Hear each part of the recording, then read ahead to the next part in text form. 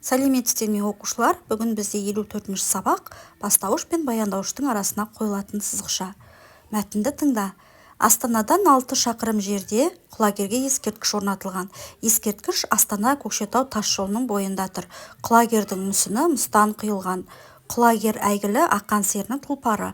Ақан 16-17 жасынан әнге, өлеңге, домбыраға әуес болады.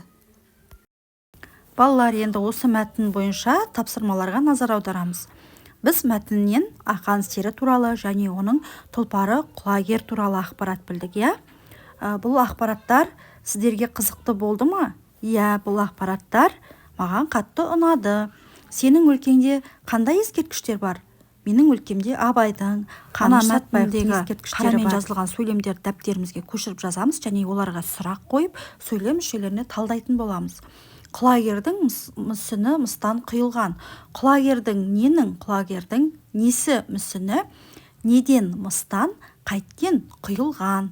Құлагер әйгілі ақан серінің тұлпары.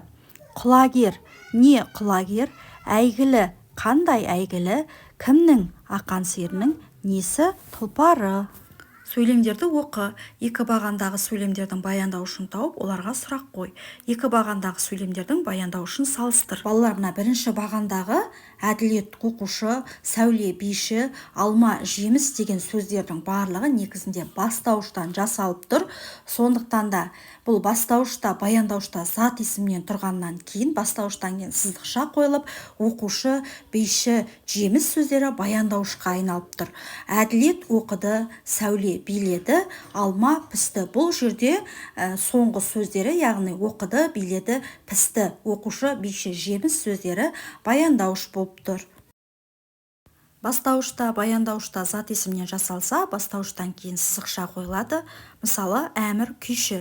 Әмір бастауыш, күйші сөзі баяндауышқа айналып тұр. Алматы сәулетті қала. Алматы бастауыш, сәулетті қала баяндауышқа айналды. Мақалдардың қатесін түзеп, көшіріп жаз. Балалар, қызылмен жазылған сөздерді қатесіз дәл осылай дәптерімізге көшіріп жазамыз. Шығармашылық үзіліс. Көп нүктенің орнына тиісті сөзді қойып, өлеңді оқы. Қасқырдың қаруы тісі, есектің қаруы күші, бүркіттің қаруы тырнағы, жыланның қаруы уы. 55-ші сабақ тұрлаулы мүшелер. Сөйлемдерді сызбамен сәйкестендір. Қай сызба қай сөйлемге сәйкес келетінін түсіндір. Екі сурет берілген екен, және қарлығаштар ұшты, жаңбыр жауды деген сөйлемдер бар. Төменде не қылды, нелер қайтты деген сұрақтар бар. Қарлығаштар ұшты, нелер қайтты деген сұрақ қоямыз. Жаңбыр жауды, не қылды деген сұрақ қойылады. Бастауыш пен баяндауыш сөйлемнің тұрлаулы мүшелері. Есімізге сақтап аламыз. Отырар көне қала. Қаланың орны отырар төбе деп аталады. Бұл жерде қыш ыдыстардың қалдықтары көп. Отырар қаласында ұлы ойшыл Әбу-Насыр әл-Фараби туған. Отырарда сәулетті сарайлар мен мешіттердің болғанын дәлелдейтін жәдігерлер көптеп кездеседі. Мәтінде қандай қала туралы айтылған? Қарамен жазылған сөйлемнен тұрлаулы мүшелерді тап, сызықшаның қойылу себебін түсіндір. Мәтінде отырар қаласы туралы айтылған. Отырар көне қала. Бұл жерде отырар және қала сөздері бастауыш болғандықтан ортасына сызықша қойылып тұр. Ребусты шеш. Қала сөзінен екі сөйлем құрап жаз. Ол сөз бірінде бастауыш, екіншісінде баяндауыш болсын. Ребусты шешкенде отырар қала деген сөз шығады. Қала сөзінен екі сөйлем құра деген болатын, бастауыш, екіншісі баяндауыш болсын деп. Қазақстанда қала көп. Бұл жерде қала сөзі бастауыш болып тұр. Екінші асан кірпішті қала.